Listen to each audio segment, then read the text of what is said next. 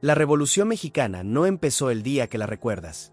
Empezó cuando los archivos comenzaron a quemarse, cuando los testigos desaparecieron, y cuando quienes movían los hilos se aseguraron de que el país nunca supiera cómo se desató la guerra que cambió a México para siempre. México, 1908. Archivos municipales arden sin explicación. Telegramas del gobierno llegan mutilados. Soldados denuncian movimientos extraños cerca de cuarteles federales. Y políticos cercanos a Porfirio Díaz reportan reuniones nocturnas, con personajes que jamás aparecerán en los registros oficiales.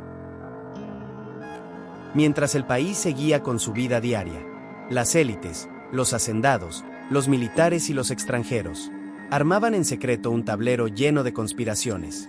Nadie sabía que el país estaba a punto de fracturarse para siempre, pero los documentos que sobrevivieron cuentan una historia muy distinta a los libros.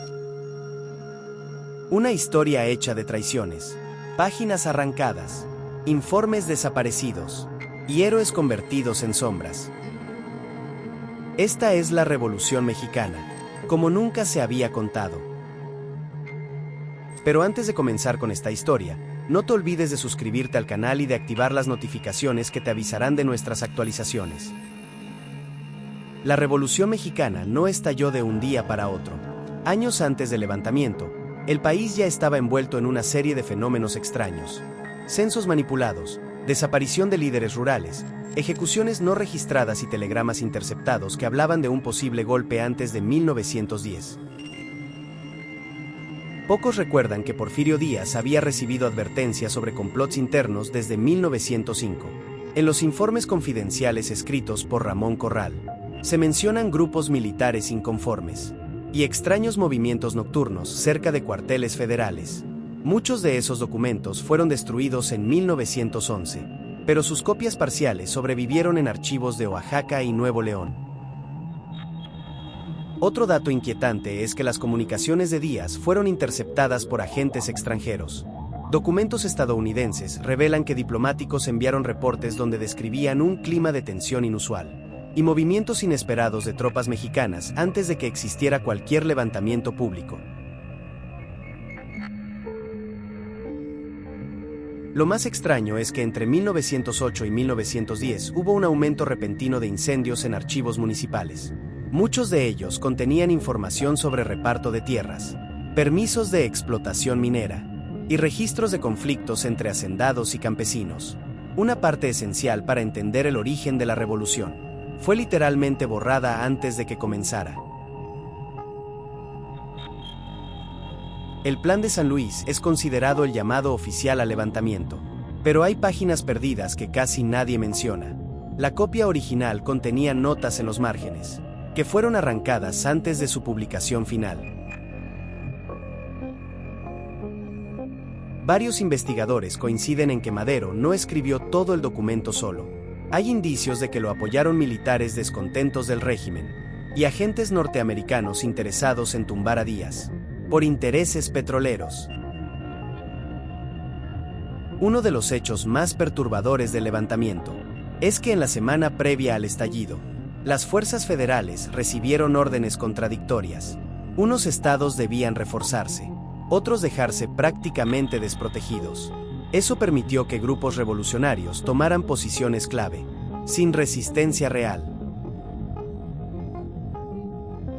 Hay telegramas que mencionan a un personaje conocido solo como el intermediario, un hombre que se reunió tanto con maderistas como con opositores del porfiriato. Nunca fue identificado, nunca fue detenido, y su nombre desapareció de todos los informes posteriores a 1911. Como si alguien hubiera borrado su existencia deliberadamente. La Revolución Mexicana está repleta de traiciones documentadas, pero hay tres que marcaron la historia de forma irreversible. Primera, el asesinato de Madero. Los documentos oficiales dicen que Madero y Pino Suárez murieron en un intento de rescate. Pero el informe médico original desapareció. El cuerpo de Madero presentaba heridas que no coinciden con la explicación pública. Los testigos fueron cambiados, y una orden con la firma de Victoriano Huerta fue destruida o extraviada. Segunda, la muerte de Emiliano Zapata. Hay 2 fotos confirmadas del cadáver de Zapata, y no coinciden. Signos distintos, ropa diferente, y testimonios de la emboscada que se contradicen entre sí. Una tercera foto fue mencionada por soldados presentes, pero jamás apareció en el archivo final. Tercera, la conspiración contra Pancho Villa. La muerte de Villa en Parral sigue siendo uno de los actos más inexplicables. El informe del gobierno desapareció. Las balas recuperadas no coinciden con todas las armas del ataque, y la mayoría de los atacantes murieron misteriosamente en los meses siguientes. Lo más oscuro es que varios telegramas previos a ambas muertes fueron enviados desde oficinas gubernamentales, pero llegaron sin registrar quién los envió. Lo que no se habla en los libros escolares es que hubo experimentos, informes y proyectos secretos. Ya que durante la Revolución existieron laboratorios temporales, donde se experimentó con nuevas técnicas de comunicación, criptografía y armamento improvisado. En Chihuahua y Sonora se realizaron pruebas, con equipos telegráficos alterados, para interceptar mensajes enemigos. Uno de estos laboratorios fue encontrado décadas después, enterrado entre madera y cenizas, como si alguien hubiera intentado desaparecerlo.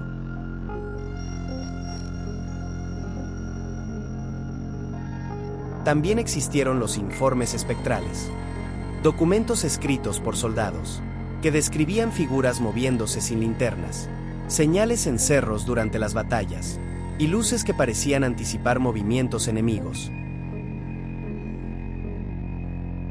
Los historiadores suelen descartarlo como alucinaciones por estrés, pero lo curioso es que los informes se repetían, en lugares distintos, con soldados que no se conocían entre sí. Y un archivo del ejército mexicano fechado en 1921 menciona explícitamente: los reportes anómalos serán archivados sin clasificarse. ¿Anómalos? ¿Por qué usar esa palabra? Durante la Revolución, varios cronistas, fotógrafos y periodistas desaparecieron sin dejar rastro. Muchos de ellos estaban documentando abusos, ejecuciones o negociaciones secretas entre facciones rivales. Varias de sus cámaras fueron encontradas, pero sin placas fotográficas dentro. Las fotos que tenían nunca se recuperaron.